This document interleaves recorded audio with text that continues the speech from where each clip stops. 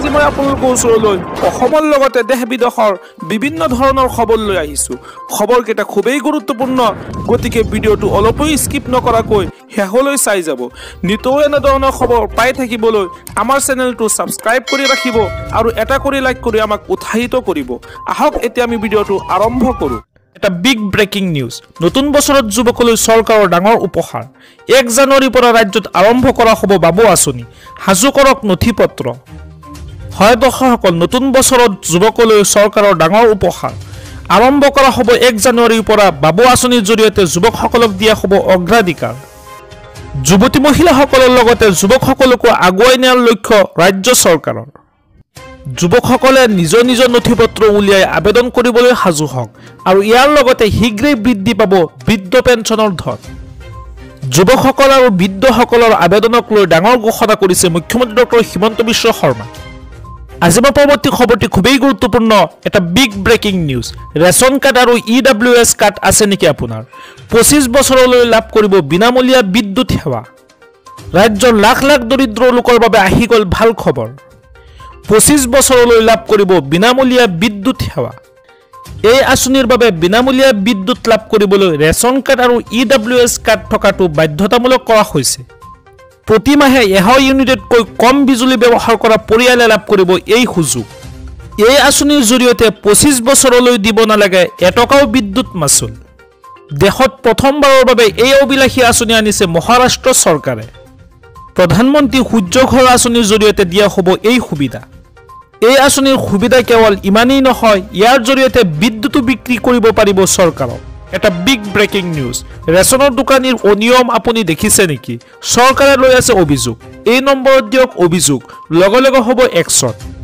কোনোবা ৰেচনৰ দোকানীক যদি আপুনি ৰেচনৰ সামগ্ৰী দিয়াত অনিয়ম দেখা পাইছে, তেন্তে লগে লগে আপুনি দিব পাৰিব অভিযোগ।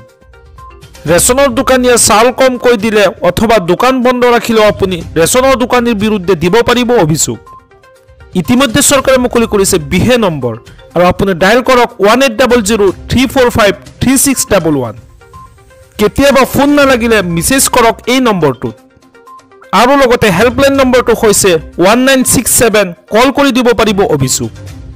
এতিয়াৰে পৰা নিৰ্দেশ অমান্য কৰিলেই সুলভ মূল্যৰ দোকানী বিপদ অনিবাৰ্য হ'ব। আৰু লগতে অনিয়ম প্ৰমাণিত হ'লেই জেললৈ যাব লাগিব ৰেচনৰ দোকানী।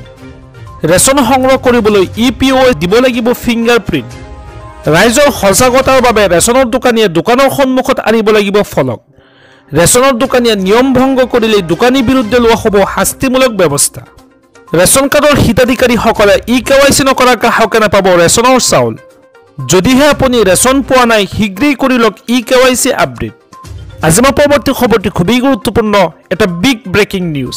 পদপথৰ ব্যৱসায়ী আৰু আত্মসহায়ক গোটৰ মহিলাসকলৰ বাবে আহি গ'ল ভাল খবৰ। 10,000 টকা লাভ কৰাৰ পিছতে এইবাৰ পাব নতুন সুবিধা। হয় দৰ্শকসকল, পদপথৰ ব্যৱসায়ী আৰু আত্মসহায়ক গোটৰ মহিলাসকলৰ বাবে আহি গ'ল ভাল খবৰ। প্ৰতিগৰাকী মহিলা 10,000 টকা লাভ কৰাৰ পিছতে এইবাৰ চৰকাৰে দিব নতুন সুবিধা। গুৱাহাটীত নতুন ব্ৰেণ্ডিং জ'ন সৃষ্টি কৰাৰ বাবে পৌৰ নিগমক দিয়া হৈছে নিৰ্দেশ। ব্ৰেণ্ডিং জ'নসমূহত মহিলাসকলক ব্যৱসায়ৰ বাবে দিয়া হ'ব নতুন সুবিধা। বৰ্তমান থকা ব্ৰেণ্ডিং জ'নত সন্দেহজনক লোকক খেদি পঠোৱা হ'ব গুৱাহাটীৰ পৰা। তাৰ ঠাইত আত্মসহায়ক গোটৰ মহিলাসকলক দিয়া হ'ব নতুন সুবিধা আৰু ইয়াৰ দ্বাৰা মহিলাসকলে লাভ কৰিব লাখপতি হোৱাৰ সুবিধা। ডিব্ৰুগড় শিলচৰতো গ্ৰহণ কৰা হ'ব এনেধৰণৰ ব্যৱস্থা। আত্মসহায়ক গোটৰ মহিলাসকলক লৈ মুখ্যমন্ত্ৰী ডক্টৰ হিমন্ত বিশ্ব শৰ্মাই এইদৰে ডাঙৰ ঘোষণা কৰিছে। কি দিম এতিয়া নকওঁ, 1 তাৰিখে কম, ঠিক আছে?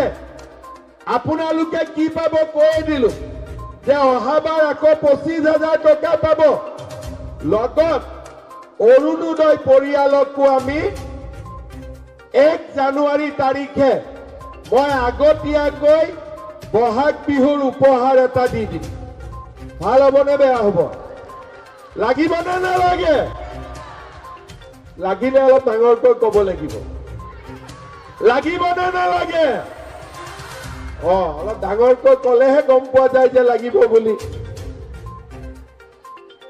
ইয়াৰ লগতে আমি বৰহমপুৰ সমষ্টিত 2,546 গৰাকী ছাত্ৰীক নিযুত মইনা আঁচনি দিছো। এতিয়া বাবাবিলাকে মোক কয় আমাৰ মামা বাবু আঁচনি এটাও কৰক য'তে লগ পাই মোক কয় বাবু আঁচনি এটা লাগে তো 1 জানুৱাৰী তাৰিখে বাবু আঁচনি এটাও দি দিম